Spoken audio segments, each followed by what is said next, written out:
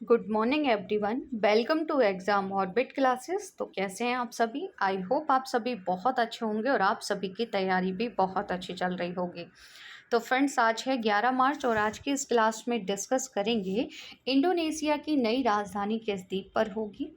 पहली बार महिलाओं के लिए सैन्य सेवा की शुरुआत किस देश ने की है। विश्व कला प्रदर्शनी का जो 9वां संस्करण है ये कहाँ पर शुरू हुआ है। भिखारी मुक्त शहर नाम से एक नई पहल की शुरुआत किसने की है।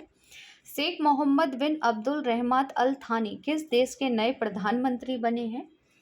19वीं बिम्स्टेक मंत्री स्तरीय बैठक किस देश की अध्यक्षता में आयोजित की गई है, डिस्कस करेंगे। शी जिनपिंग तीसरी बार किस देश के राष्ट्रपति बने हैं। केंद्रीय औद्योगिक सुरक्षा बल का जो स्थापना दिवस है ये कब मनाया गया। सेमीकंडक्टर आपूर्ति श्रृंखला समझौता किन दो देशों के बीच हुआ है, डिस्कस करेंगे। 23वां राष्ट्रमंडल कानून सम्मेलन कहाँ पर हुआ। खेलो इंडिया 10 का दम टूर्नामेंट कहाँ पर शुरू हुआ है, जानेंगे। Top 10 static GK GS question में आज का हमारा टॉपिक होगा लता मंगेशकर जी से संबंधित प्रश्नों के बारे में चर्चा करेंगे जो कि आगामी परीक्षा के लिए महत्वपूर्ण है। इसी के साथ कल की क्लास का रिवीजन भी कराया जाएगा। तो अगर आप किसी भी एग्जाम की तैयारी कर रहे हैं तो ये क्लास आप सभी के लिए बहुत ही महत्वपूर्ण रहने वाली है। तो एक बार आप सभी क्लास को शेयर कर देंगे। सेशन स्टार्ट करने से पहले आप सभी के लिए एक सवाल है जिसका आंसर आपको करना है कमेंट्स बॉक्स में। खेलो इंडिया 10 का दम जो टूर्नामेंट है इसकी शुरुआत कहाँ पर हुई है। गुजरात, हरियाणा, मध्य प्रदेश या फिर नई दिल्ली। इस सवाल का आंसर आपको मिलेगा क्लास के लास्ट में और जिनको आंसर पता है वो लिखेंगे कमेंट्स बॉक्स में। तो आज की क्लास का हमारा पहला सवाल है कि इंडोनेशिया की नई राजधानी किस द्वीप पर होगी। बहुत ही महत्वपूर्ण सवाल है, तो याद रखेंगे। इंडोनेशिया की जो नई राजधानी होगी ये बोर्नियो द्वीप पर स्थित होगी, यानी कि इस नई राजधानी को बोर्नियो द्वीप पर बनाया जा रहा है। आगे चर्चा करेंगे मैप में बोर्नियो द्वीप के बारे में। तो जैसा कि आप जानते हैं कि फिलहाल इंडोनेशिया की जो राजधानी है वो है जकार्ता, और जकार्ता किस द्वीप पर आती है, तो जकार्ता आती है जावा द्वीप पर। डिस्कस कर लेते हैं इसी से संबंधित। तो देखिए, भीड़भाड़, प्रदूषित, भूकंप के प्रति संवेदनशील और तेजी से जावा सागर में डूब रहे जकार्ता को छोड़कर बोर्नियो द्वीप पर नई राजधानी बसाई जा रही है। बोर्नियो द्वीप पर भी कहाँ पर ये राजधानी बन रही है, तो पूर्वी कालीमत्तन प्रांत में इस राजधानी को बनाया जा रहा है। राजधानी एक टिकाऊ फॉरेस्ट सिटी होगी जहां विकास के लिए पर्यावरण की सुरक्षा को पहली प्राथमिकता दी जाएगी। साथ ही में इंडोनेशिया की गवर्नमेंट द्वारा यह घोषणा भी की गई है कि राजधानी 2045 तक कार्बन न्यूट्रल बनाई जाएगी, यानी कि जो बोर्नियो द्वीप पर राजधानी बनेगी वो 2045 तक कार्बन न्यूट्रल होगी। राजधानी का नाम क्या रखा गया है, तो याद रखेंगे राजधानी नूसंतारा शहर में स्थापित की जा रही है। नूसंतारा क्या है, तो इंडोनेशिया का एक पुराना शब्द है जिसका अर्थ होता है द्वीप समूह। याद रखेंगे नूसंतारा जो कि इंडोनेशिया की अब नई राजधानी होगी। देखिए, अनुमान लगाया गया है कि 2050 तक शहर का 1/3 हिस्सा जलमग्न हो सकता है। किसका? जकार्ता का, जो कि जावा द्वीप पर स्थित है। आगे डिस्कस कर लेते हैं अन्य देशों की राजधानियां जो कि इस समय सुर्खियों में बनी हुई हैं, जैसे कि लिथुआनिया की जो राजधानी है इसका नाम है विनियस। एथेंस किस देश की राजधानी है, तो ग्रीस की है। एथेंस आप इसलिए याद रखेंगे क्योंकि हाल ही में यहाँ पर रेल दुर्घटना हो गई थी जिसके कारण जो एथेंस है ये सुर्खियों में रहा था। पेरू की राजधानी लीमा है। ब्रिटेन की राजधानी लंदन है। आदिस अबाबा किस देश की राजधानी है, तो ये इथियोपिया की है। कजाकिस्तान की राजधानी है अस्ताना। किर्गिस्तान की राजधानी बिश्केक है और वियतनाम की राजधानी है हनोई। आगे डिस्कस कर लेते हैं इंडोनेशिया के बारे में। तो मैप में आप सभी जो कलरफुल एरिया देख रहे हैं, ये जो कलरफुल जो क्षेत्र है ये इंडोनेशिया का ही एरिया है। और ये जो द्वीप देख रहे हैं यही है बोर्नियो द्वीप, जहाँ पर इंडोनेशिया की नई राजधानी बनाई जा रही है। अभी फिलहाल इंडोनेशिया की राजधानी जकार्ता जो कि जावा द्वीप पर है। फ्रेंड्स, याद रखेंगे ये है जावा द्वीप और ये है सुमात्रा द्वीप। अब आप मुझे कमेंट्स करके बताइए कि सुमात्रा द्वीप को मलेशिया से कौन सी जल संधि अलग करती है। यहाँ पर आपको एक जल संधि देखने को मिलेगी और ये आपको मुझे कमेंट्स करके बताना है कि मलेशिया को सुमात्रा से कौन सी जल संधि अलग करती है। इंडोनेशिया के बारे में बेसिक इन्फॉर्मेशन डिस्कस कर लेते हैं। जैसे कि इसे पहले डच ईस्ट इंडिया के नाम से जाना जाता था। यह 17 अगस्त 1945 को नीदरलैंड से स्वतंत्र हो गया। 17,500 द्वीपों से मिलकर बना दुनिया का सबसे बड़ा ये द्वीप समूह है, जिसे हम इंडोनेशिया देश के नाम से जानते हैं। इंडोनेशिया का बोर्नियो द्वीप ग्रीनलैंड और न्यू गिनी के बाद दुनिया का तीसरा सबसे बड़ा द्वीप है। देखिए, अब यहाँ से क्वेश्चन बन सकता है ज्योग्राफी से संबंधित। बोर्नियो द्वीप इस समय सुर्खियों में है, तो आपसे पूछा जा सकता है कि दुनिया का तीसरा सबसे बड़ा द्वीप कौन सा है। तो याद रखेंगे, दुनिया का तीसरा सबसे बड़ा द्वीप है बोर्नियो द्वीप। पहले नंबर पर है ग्रीनलैंड, सेकंड नंबर पर है न्यू गिनी और तीसरे नंबर पर आता है बोर्नियो द्वीप। फ्रेंड्स, यहाँ से क्वेश्चन बनने की संभावना है। इंडोनेशिया की फिलहाल राजधानी जकार्ता है, जैसा कि अभी हम डिस्कस कर चुके हैं। यहाँ की मुद्रा को रुपया कहते हैं। राष्ट्रपति नाम याद रखेंगे, क्योंकि भारत ने G20 की जो अध्यक्षता ग्रहण की है वो किससे की है, तो इंडोनेशिया से की है। तो इंडोनेशिया के वर्तमान में प्रेसिडेंट जोको विडोडो हैं। सबसे प्रसिद्ध ज्वालामुखी इंडोनेशिया में है क्राकाटोआ और माउंट मेरापी।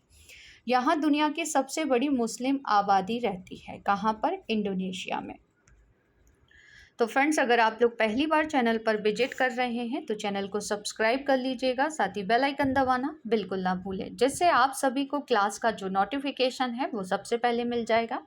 साथ ही में इस क्लास की जो PDF है वो बाद में आप सभी को टेलीग्राम चैनल पर मिल जाएगी। टेलीग्राम पर जाकर एग्जाम ऑर्बिट क्लासेस से लोगो आपको दिखाई देगा, और जिसने भी टेलीग्राम चैनल ज्वाइन नहीं किया है ज्वाइन कर लीजिए, क्योंकि PDF से लेकर जो भी अपडेट है या फिर डेली के जो क्विज आपको कराए जाते हैं, जो कि हर एक परीक्षा के लिए महत्वपूर्ण है, वो आपको टेलीग्राम चैनल पर कराए जाते हैं। अगला सवाल है कि 19वीं बिम्स्टेक मंत्री स्तरीय बैठक किस देश की अध्यक्षता में आयोजित की गई है। तो जैसा कि आप सभी जानते हैं कि जो 6वीं बिम्स्टेक की अध्यक्षता की जा रही है ना, वो थाईलैंड के द्वारा की जा रही है, और थाईलैंड की ही अध्यक्षता में यह बैठक वर्चुअली तरीके यानी कि डिजिटल तरीके से आयोजित की गई। पूछा जा सकता है कि भारत की तरफ से इसमें किसने भाग लिया था, तो विदेश और शिक्षा राज्य मंत्री डॉक्टर राजकुमार रंजन सिंह ने इस बैठक में भाग लिया था। बैठक में याद रखेंगे, इस बैठक में भारत में मौसम और जलवायु के लिए बिम्स्टेक केंद्र की स्थापना से संबंधित समझौते के मसौदे को मंजूरी दी गई है। यानी कि मौसम और जलवायु के लिए बिम्स्टेक जो केंद्र बनेगा ये भारत में बनेगा। इसके अलावा बिम्स्टेक बैंकॉक विजन 2023 को भी मंजूरी इसमें दे दी गई है, और 6ठे बिम्स्टेक शिखर सम्मेलन में इसे लाया जाएगा। पूछा जा सकता है कि 5वां जो ब्रिक्स सम्मेलन हुआ था, या 5वें ब्रिक्स सम्मेलन की अध्यक्षता किसने की थी, तो श्रीलंका के द्वारा की गई थी। आगे डिस्कस कर लेते हैं। देखिए, इससे पहले याद होगा आप सभी को कि बिम्स्टेक ऊर्जा केंद्र के गवर्निंग बोर्ड की जो पहली बैठक है ये बेंगलोर कर्नाटक में आयोजित की गई है, यानी कि भारत में ये पहली बैठक हुई है। आगे डिस्कस कर लेते हैं बिम्स्टेक के बारे में। तो जो कलरफुल कंट्री आपको दिखाई दे रहे हैं ये सभी बिम्स्टेक के सदस्य देश हैं। इसमें इंडिया है, नेपाल है, भूटान है, बांग्लादेश, म्यांमार, थाईलैंड, ये सभी किसके सदस्य हैं, तो ये बिम्स्टेक के सदस्य देश हैं, और श्रीलंका भी इसमें शामिल है। बिम्स्टेक की बात कर लेते हैं। तो सबसे पहले इसका फुल फॉर्म आप सभी को याद रखना है। बंगाल की खाड़ी बहुक्षेत्रीय तकनीकी और आर्थिक सहयोग पहल इसका फुल फॉर्म है। यह एक क्षेत्रीय संगठन है जिसके 7 सदस्यों में से 5 दक्षिण एशिया से हैं, जिनमें शामिल है बांग्लादेश, भूटान, भारत, नेपाल और श्रीलंका। 2 देश म्यांमार और थाईलैंड दक्षिण पूर्व एशिया से इसमें शामिल हैं। यह वर्ष 1997 में बैंकॉक घोषणा के माध्यम से अस्तित्व में आया, और इसका जो सचिवालय है वो ढाका में है। ढाका किसकी राजधानी है, आप कमेंट्स करके बताएंगे। अगला सवाल है कि शी जिनपिंग तीसरी बार किस देश के राष्ट्रपति बने हैं। तो आई होप आप सभी इनके नाम से परिचित होंगे। ये चाइना के तीसरी बार प्रेसिडेंट बन गए हैं। शी जिनपिंग जी को आप सभी पिक में देख सकते हैं। तो यह पहली बार है कि कोई नेता लगातार तीसरी बार चीन का राष्ट्रपति चुना गया है। डिस्कस कर लेते हैं चाइना के बारे में। तो मैप में आप सभी चीन की लोकेशन देख सकते हैं। चीन की राजधानी है बीजिंग। चीन की मुद्रा को कहते हैं रेमेनबी। और याद रखेंगे चीन के बारे में और आपको क्या याद रखना है, हाँ देखिए, भारत के किन राज्यों केंद्र शासित प्रदेशों की सीमा चीन से लगती है? यहाँ से क्वेश्चन अक्सर एग्जाम में बन जाता है, तो याद रखेंगे लद्दाख की सीमा, हिमाचल प्रदेश, उत्तराखंड, सिक्किम। सिक्किम के बाद आपको याद रखना है किसकी सीमा लगती है, तो अरुणाचल प्रदेश की सीमा किससे लगती है, तो चाइना से लगती है। फ्रेंड्स, ये क्वेश्चन बहुत ही महत्वपूर्ण है, मैप के माध्यम से ईजिली याद हो जाता है। इसके अलावा चाइना के बारे में याद रखेंगे कि जो हैंड टू हैंड अभ्यास है भारत किसके साथ करता है, तो चाइना के साथ करता है। अगला सवाल है कि विश्व कला प्रदर्शनी का जो 9वां संस्करण है ये कहाँ पर शुरू हुआ है, तो ये कला से संबंधित प्रदर्शनी है जिसका 9वां संस्करण आयोजित हो रहा है दुबई में। दुबई में भी कहाँ पर, तो याद रखेंगे दुबई वर्ल्ड ट्रेड सेंटर में यह शुरू हुआ है। विश्व कला प्रदर्शनी दुबई एक अनूठा कार्यक्रम है जिसमें दुनिया भर की कलाकृतियों की विविध श्रेणियों का प्रदर्शन किया जाता है। आगे डिस्कस कर लेते हैं परीक्षा उपयोगी। 90वीं इंटरपोल महासभा कहाँ पर हुई, तो ये दिल्ली में आयोजित की गई थी। अंतर्राष्ट्रीय सौर गठबंधन की जो 5वीं बैठक है ये भी कहाँ पर हुई, दिल्ली में। मेगा कयाक फेस्टिवल 2022 की मेजबानी किसने की, मेघालय ने। पहला राष्ट्रीय कोयला सम्मेलन 2023 कहाँ पर हुआ, तो फ्रेंड्स याद रखेंगे कोयला से संबंधित ये पहला सम्मेलन था जो कि दिल्ली में आयोजित किया गया। नारियल समुदाय के किसानों का सम्मेलन कहाँ पर हुआ, तो ये कोयम्बटूर में आयोजित किया गया था।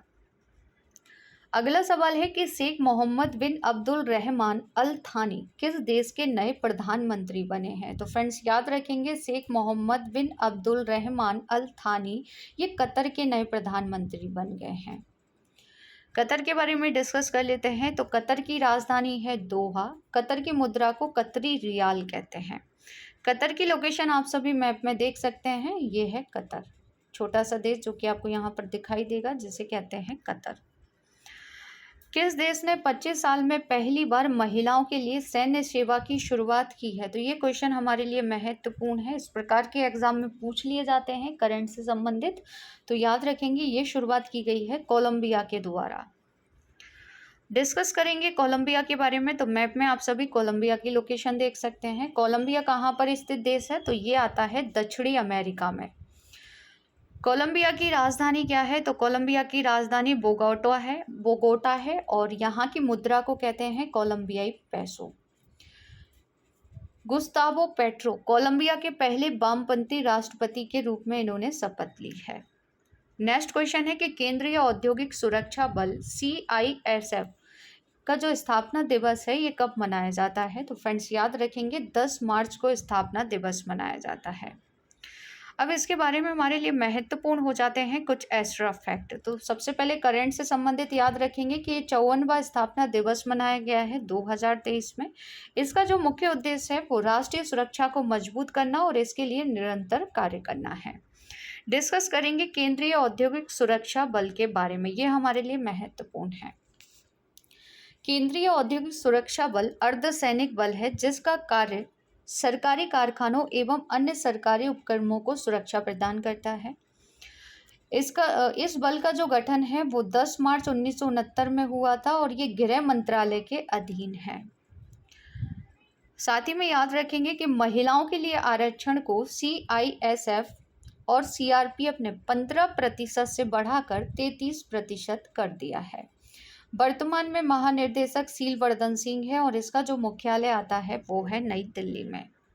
अगला सवाल है कि सेमीकंडक्टर आपूर्ति श्रृंखला नवाचार साझेदारी पर भारत और किस देश ने समझौता ज्ञापन पर हस्ताक्षर किए हैं, तो सेमीकंडक्टर आपूर्ति श्रृंखला में जो नवाचार साझेदारी हुई है ना ये अमेरिका के साथ हुई है भारत की, यानी कि अमेरिका के साथ भारत ने इस समझौते पर हस्ताक्षर किए हैं।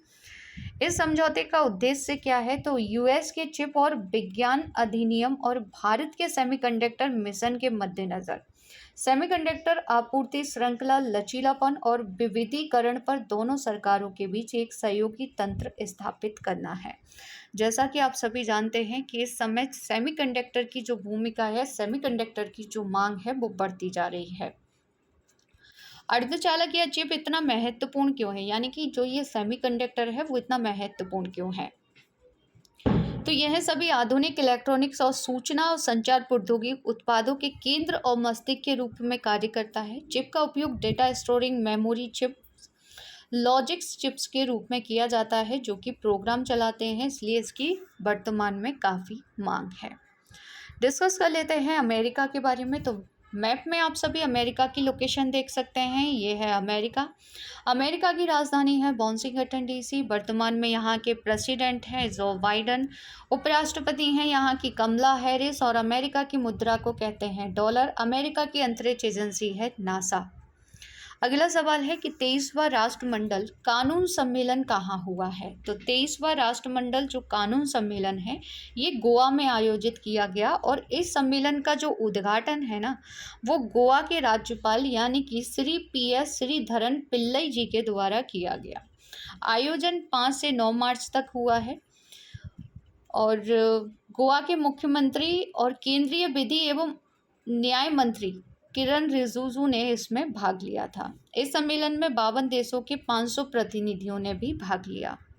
अगला सवाल है कि किस शहर में भिखारी मुक्त शहर नाम से एक नई पहल की शुरुआत की गई है। तो फ्रेंड्स, इस पहल का संबंध है नागपुर महाराष्ट्र से, यानी कि नागपुर महाराष्ट्र में इस पहल की शुरुआत की गई है। डिस्कस करेंगे इस पहल के बारे में कि आखिर ये है क्या। तो नागपुर पुलिस आयुक्त जिनका नाम है अमितेश कुमार ने बताया कि इस संबंध में CRPC की धारा 144 के बारे में अधिसूचना जारी कर दी गई है। वह इसे कड़ाई से लागू करेंगे और सार्वजनिक स्थानों पर भीख मांगने की अनुमति नहीं होगी। यह नागपुर पुलिस और नागपुर नगर निगम समाज कल्याण विभाग का संयुक्त उपक्रम है, यानी कि नागपुर पुलिस और नागपुर नगर निगम दोनों मिलकर इसमें कार्य कर रहे हैं।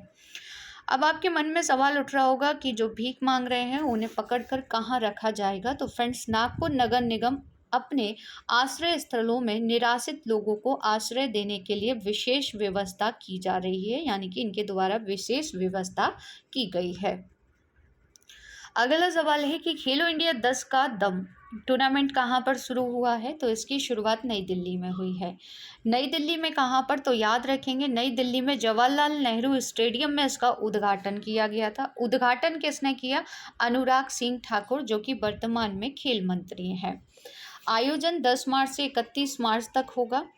देश के 50 से अधिक शहरों में लगभग 15,000 महिला एथलीट प्रतियोगिता में भाग ले रही हैं। और ये क्वेश्चन महत्वपूर्ण है, ये पूछा जा सकता है कि देखिए पहला क्वेश्चन तो यही बनेगा कि खेलो इंडिया 10 का दम टूर्नामेंट कहाँ हुआ। आंसर हो जाएगा नई दिल्ली।